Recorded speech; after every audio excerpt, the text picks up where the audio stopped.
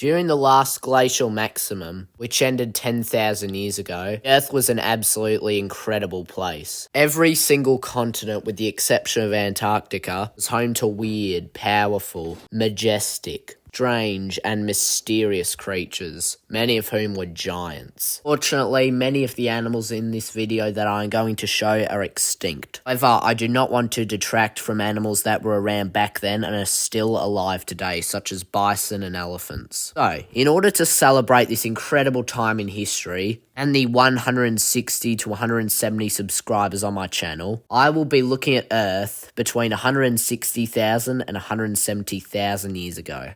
I do want to talk about Earth 1 million years ago, but until we get 1,000 subscribers, that's unfortunately not going to happen. Anyway, what I recommend you do is you sit back on your sofa, some Pringles, chips, lemonade, popcorn, share a glass of beer with your friends, and watch this absolutely incredible video on the biggest screen possible. Next step, enjoy. Now, I know I just made a video on New Zealand birds, but there are a lot that I missed. And all of the ones that I chose were from at least the Holocene. There are many other birds of New Zealand that I didn't get to cover. First, there are various moa species. Now, I just want to clear something I made up last episode. I know I said moas went extinct in 1445.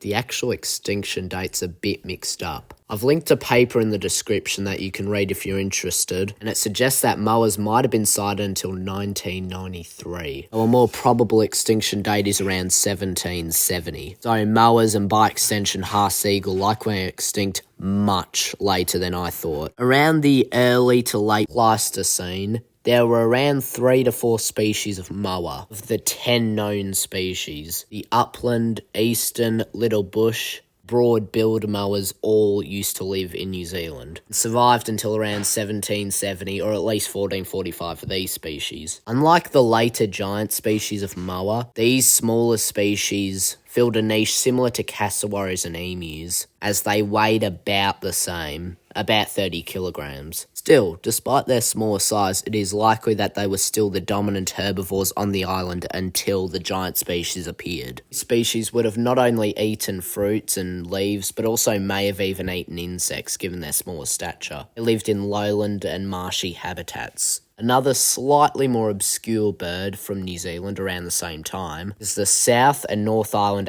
adsbills. Adsbills stood around 80 centimetres tall and weighed about 18 kilograms on average, so about the same size as the little bush moa. However, instead of filling a niche similar to a small cassowary, they were more carnivorous, feeding on small vertebrates, and it's likely that they could have killed any smaller animal. They were likely the dominant animals for about 4 million years until the St. Bathans ecosystem of New Zealand during the Miocene, where moas first appeared. Presumably, these birds were also prey for Haas-eagle, which again I have a whole video on, so you can just watch that away to your heart's content. Then you can get back to this one. Adsbills went extinct about 5,000 years ago, so a fair bit earlier than moas, so having existed for 19 million years. Sorry for rushing New Zealand's ecosystem a little bit, but again, I've pretty much got a whole video on this, on 3 birds that live in New Zealand, so I'm not going to waste your time listing them all here. Without further ado, let's move on to another landmass in Oceania, one that's a little bit more popular.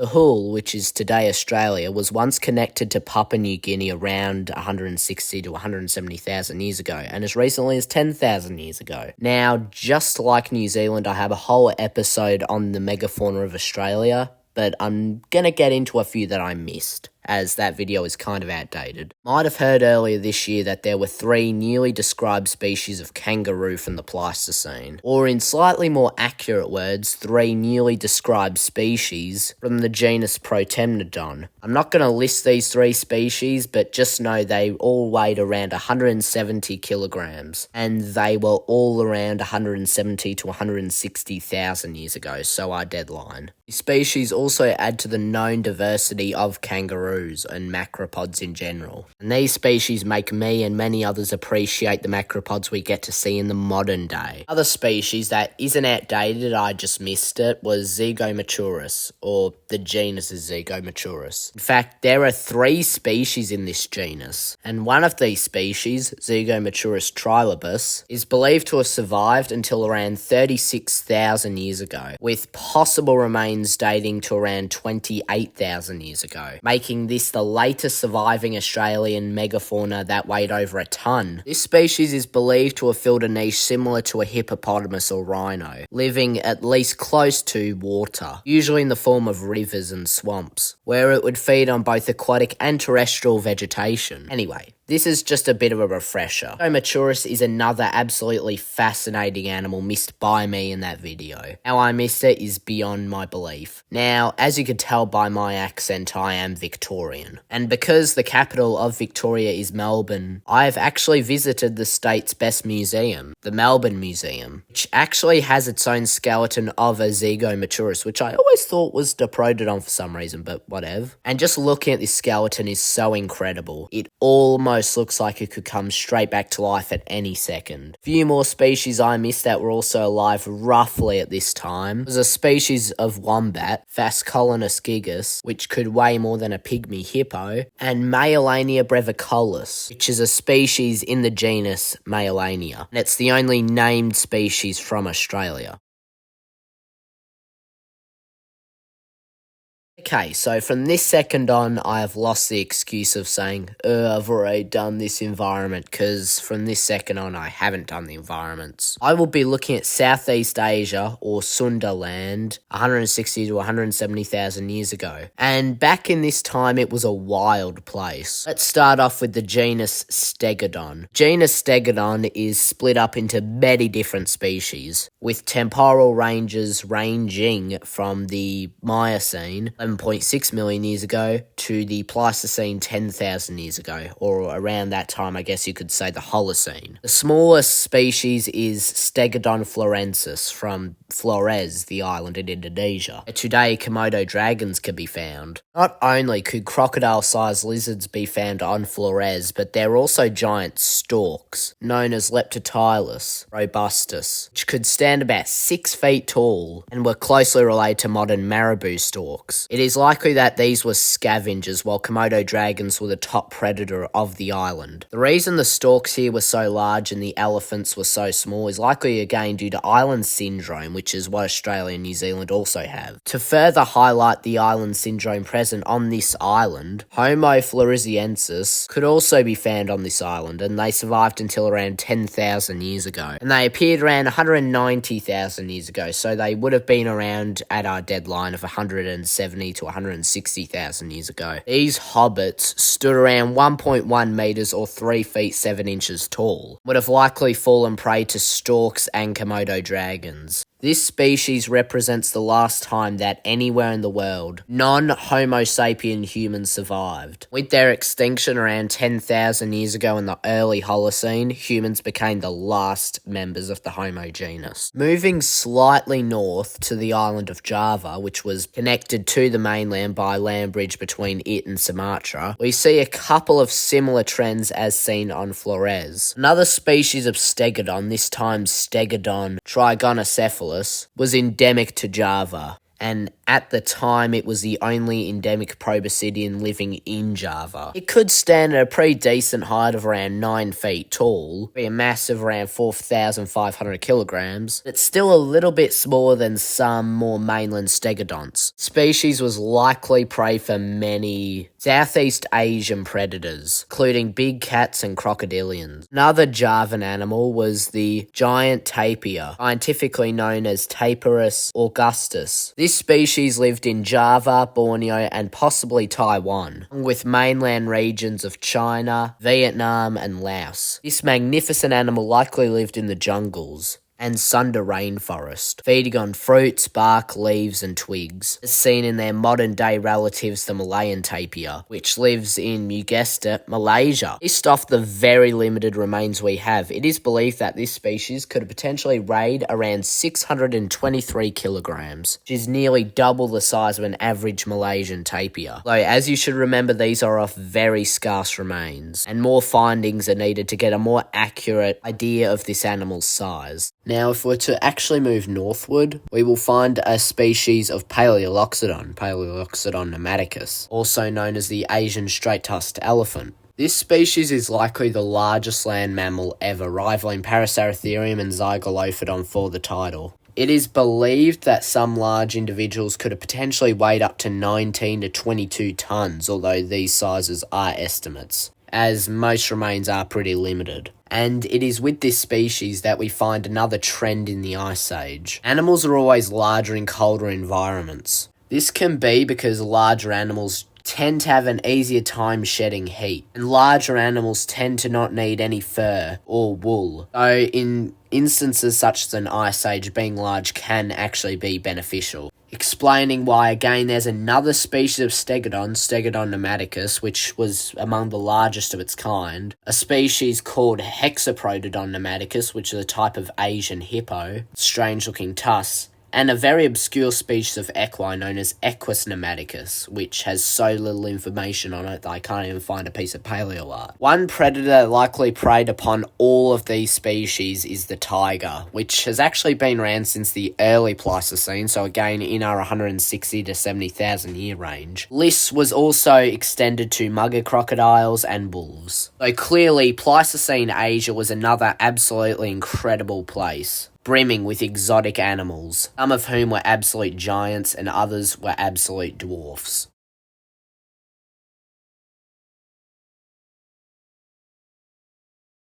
Skipping over to Europe, ignoring Africa, because I mean most of the megafauna that existed back then are still alive today, we begin to see many animals that seem familiar to us today, and many of these animals do still exist today, such as bison. Ones, such as the giant aurochs, also used to exist in large numbers. They went extinct only in 1627, just under 400 years ago. Also, just a little fun fact, all modern cattle are the descendants of aurochs, meaning anytime you see cattle in a field, it is improbable that they did not descend from these giant cattle from Europe. Although these cattle did also live in Asia and parts of Africa for a while. Some of the islands in the Mediterranean with the majority of Europe's megafauna around 160 to 170,000 years ago include Cyprus, Sicily, and Malta. The Maltese dwarf hippo, scientifically known as Hippopotamus pendanley, weighed around 1,100 kilograms. The Cyprus dwarf hippo, Hippopotamus minor, was way smaller at around 130 kilograms. If you've actually been listening to this entire video, you'll probably need no explanation as to why these hippos are small, and to why the next animals are giants. Cygnus falconeri, or the giant swan, lived in Malta and Sicily. The reason it's in this video is because it's possible that this species survived into the Middle Pleistocene around 130,000 years ago, appearing roughly 700,000 years ago at the beginning of the Middle Pleistocene. These swans were absolute giants, at least by the standards of today's swans. The species would have stood an average around 5 feet tall. Its length averaged about 2 meters, its wingspan was about 10 feet or 3 meters, and it weighed a whopping 16 to 17 kilograms, much more than the average of any living swan. This species' closest relatives were today's mute swans, also parts of the genus Cygnus. There were also a couple of species of dwarf elephant, including the genus Paleoloxodon. Some of the species that lived around the Mediterranean at this time, a part of this genus, were Paleoloxodon falconeri, which weighed around 150 kilograms. Paleoloxodon cyprotes lived on the island of Cyprus, and Paleoloxodon nadrensis lived on the island of Malta. On the mainland of Europe, particularly on the Mammoth Steppe, there were various species of rhinoceros, including the very famous Siberian unicorn, Elasmotherium, in particular Elasmotherium sibericum, though there was also Elasmotherium caucasium, primigenium,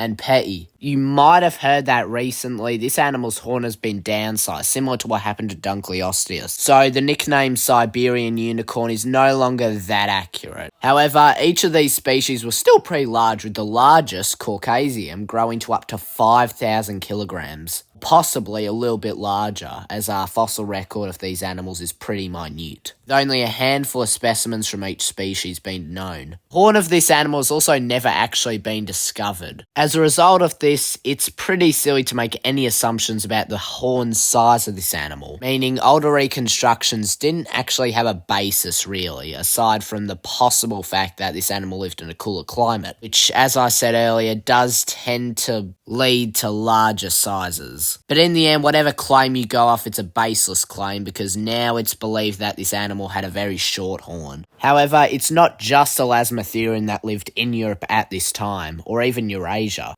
A species or genus known as Merck's rhino, Stephanorhinus kitchenbergensis, the species is known more than anything else from its teeth, which are usually smooth and brightly coloured, with little to no cornel cement. This rhino's closest living relative is the Sumatran rhino, which is critically endangered. And its closest relative of all time is the woolly rhino, which shares various features, including its horn and presumably furry coat. So when I say it's closely related to the woolly rhino, it doesn't actually mean it was that closely related, as Stephanorhinus is a part of a different group of rhinoceros, closely related to another genus, Plierhinus. Speaking of the woolly rhino, I have some absolutely fascinating news that has actually been around for quite a while. In early 2021, an almost perfectly preserved woolly rhino specimen was examined by scientists. Unfortunately, the find took place around 20,000 years ago instead of 160 to 70,000 years ago, but it's still fascinating. Juvenile is believed to have drowned in a swamp, the age around 3.5. The specimen had teeth, some body fat, some internal organs, and even a small horn. Unpopular opinion, but it definitely reminds me of a Sumatran rhinoceros. Alongside the incredibly diverse community of rhinoceros species, Eurasia was also home to various predators, many of with the word cave attached to their name. Eurasian cave lion, cave hyenas, and cave bears all coexisted. Cave hyenas were massive, cave bears were mostly herbivorous, and cave lions were not actually closely related to African lions. You pick your favourite, and if you want, comment your favourite below. There were also a couple of species of mammoth. I'm going to start with the most popular, known as the woolly mammoth, Mammuthus primigenus.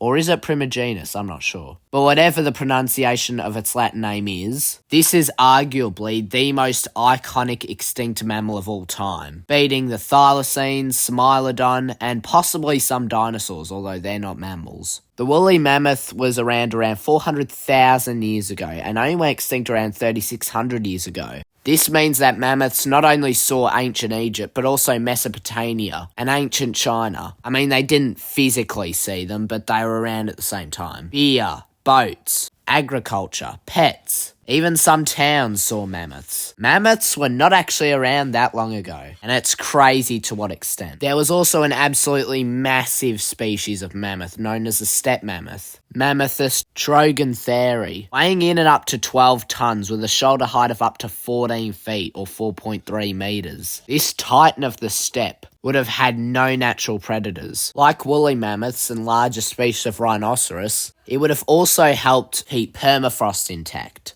Now, on YouTube, there are so many videos that go much deeper into this, and the science is a little bit complicated, so I'm going to keep things very brief. Very brief. Basically, when herbivores graze, they tend to knock trees down, giving way for grasslands. More light is reflected off the ground, keeping the ground cool, along with the permafrost, meaning that it doesn't melt. If permafrost melts, then carbon is released into the atmosphere. I think we all know what happens from there. This is why scientists are currently considering bringing mammoths back, and by 2028 it could already be a thing. However, I do think we should have made decisions about this a long time ago, like many tens of years ago, like back in the 2000s. If we were to stop de-extinction from happening, we would have probably done it ages ago. Today, arguments against it are pretty much obsolete, and if something bad happens, then there's nothing we can really do about it. But still, mammoths are incredible animals. Just imagine how awesome it would be if we could see a living, breathing mammoth.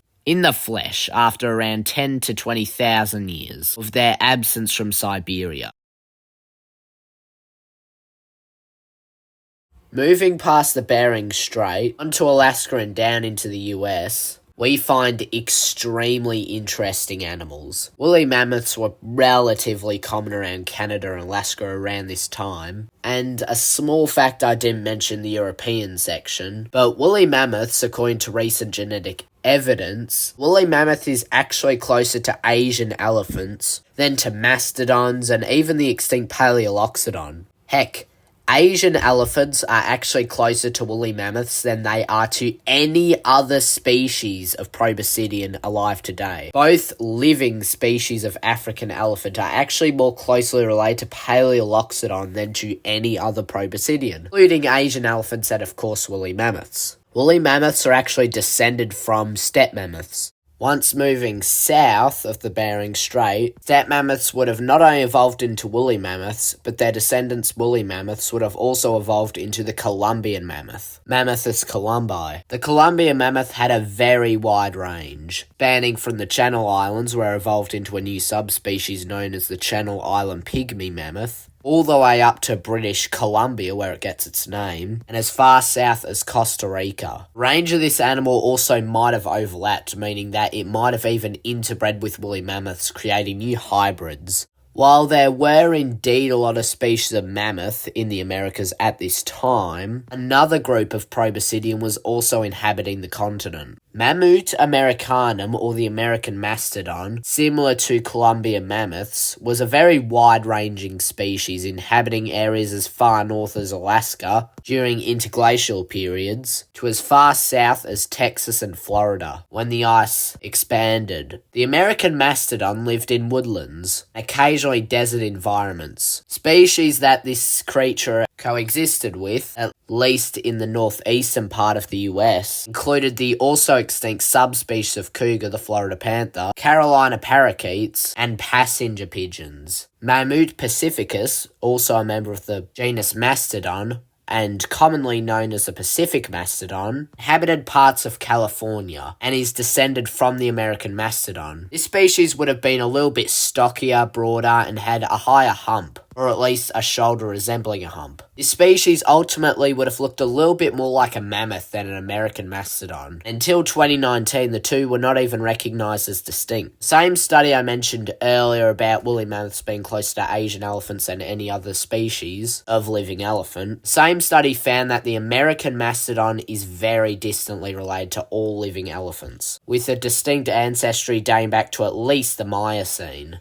It is also when we get to North America that we begin to see ground sloths. In North America at this time, there were three genera: Aramylodon, Nothrotheriops, and Megalonyx, more commonly known as Harlan's ground sloth, the Shasta ground sloth, and Jefferson's ground sloth. While you might imagine sloths as today being pretty small, slow-moving animals that pretty much couldn't hurt a fly unless you couldn't move, back as early as the Miocene, this was a very different story. The reason there are any sloths from North America at all is because back around 3 to 4 million years ago, the land bridge between North and South America, or the Panamanian land bridge, connected both continents. Animals such as terror birds or forest raccoons, these ground sloths, toxodontids, and glyptodonts all migrated north, while proboscideans and carnivorans all migrated south. This event was known as the Great American Interchange, and it led to the extinction of a fair few ungulates, to be specific, nodo-ungulates, which I'll get to in a second. Unfortunately, despite some portrayals in pop culture, humans and terror birds never coexisted. Or to be more accurate, humans and forest raccoons never existed together. One genus in the family Foresteracidae, Celopterus, did survive until 100,000 years ago. This was more on the southern tip of South America. Doesn't concern us.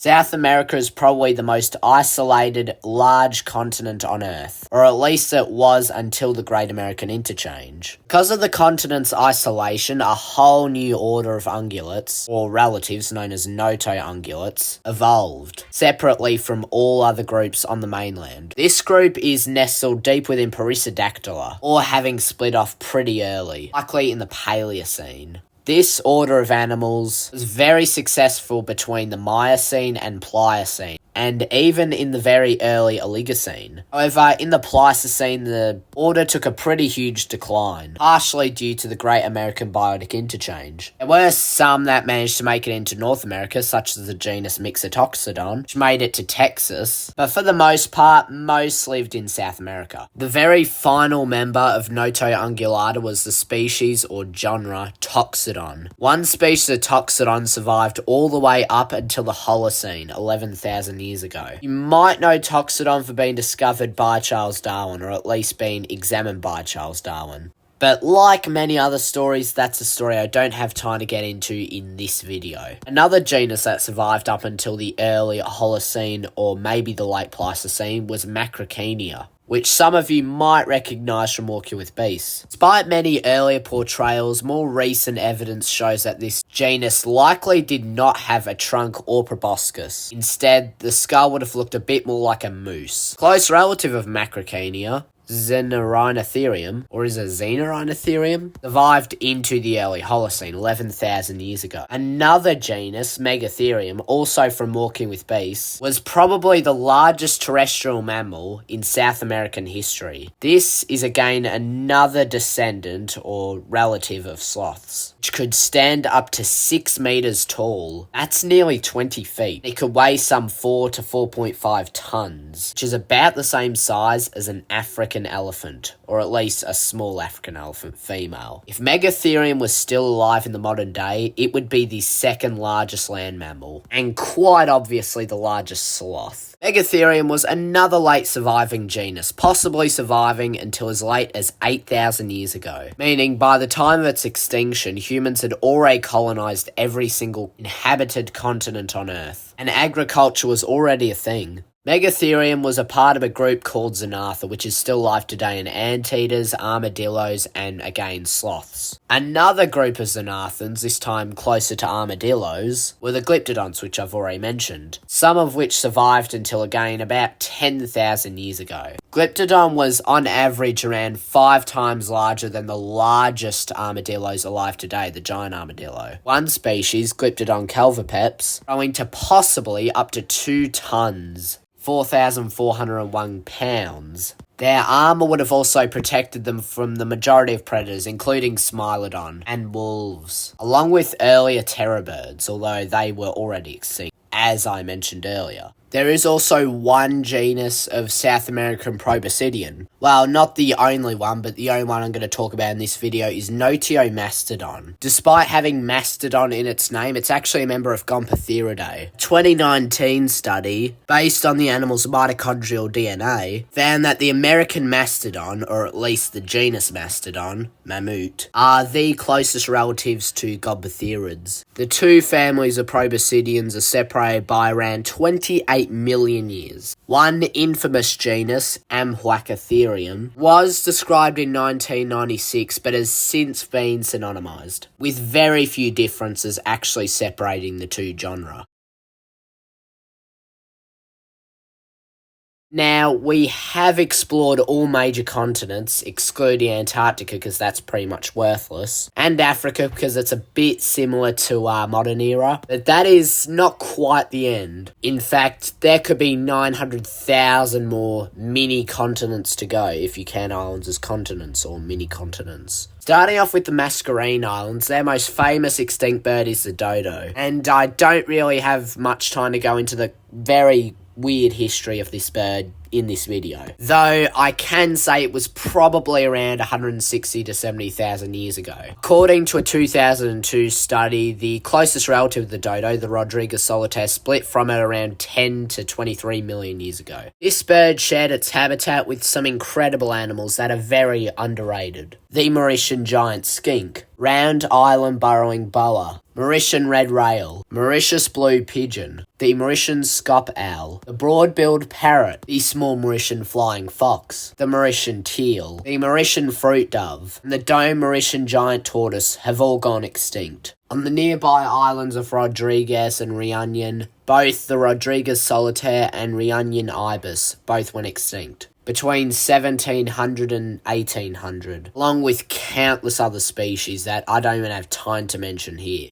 On the nearby island of Madagascar, largest lemur to ever exist, Archaeoindris, was reigning as the second largest fossil primate ever, just behind Gigantopithecus. However, it, just like many other fossil lemurs, only have their fossils date to the late Pleistocene at the earliest, meaning that there isn't technically a way of knowing if these animals were actually around 160 to 170,000 years ago. I'd argue the chances are pretty high, considering that many species can actually survive for well over 200,000 years. Also living on the island were a species of crocodilian, Voa robustus, which was larger than the Nile crocodile and possibly survived until the 1600s, the elephant bird Aepyornis, which could have weighed up to a ton, and many dwarf hippopotamus species that also disappeared around 1500. One final place I want to look at is New Caledonia.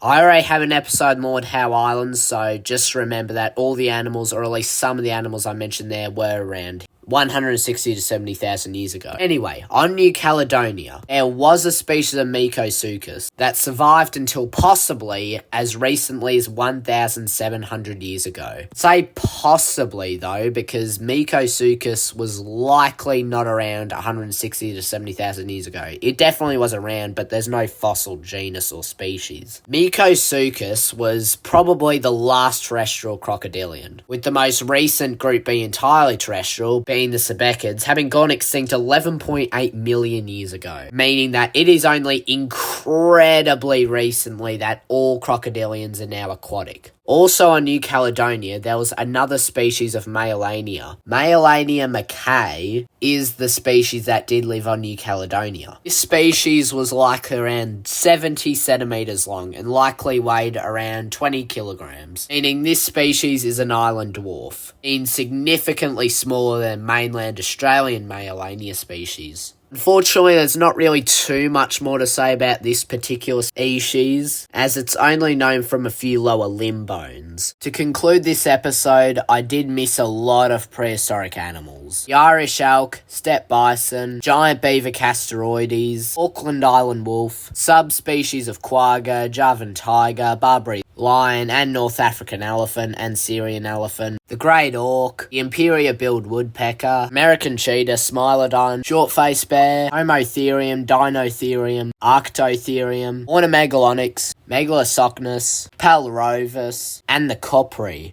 What I hope this video has taught people is that 160 to 170,000 years ago was an incredible time. So many wonderful species, with extinct and alive today, from New Zealand to North America, from South America to Asia, all existed on this one planet, Earth.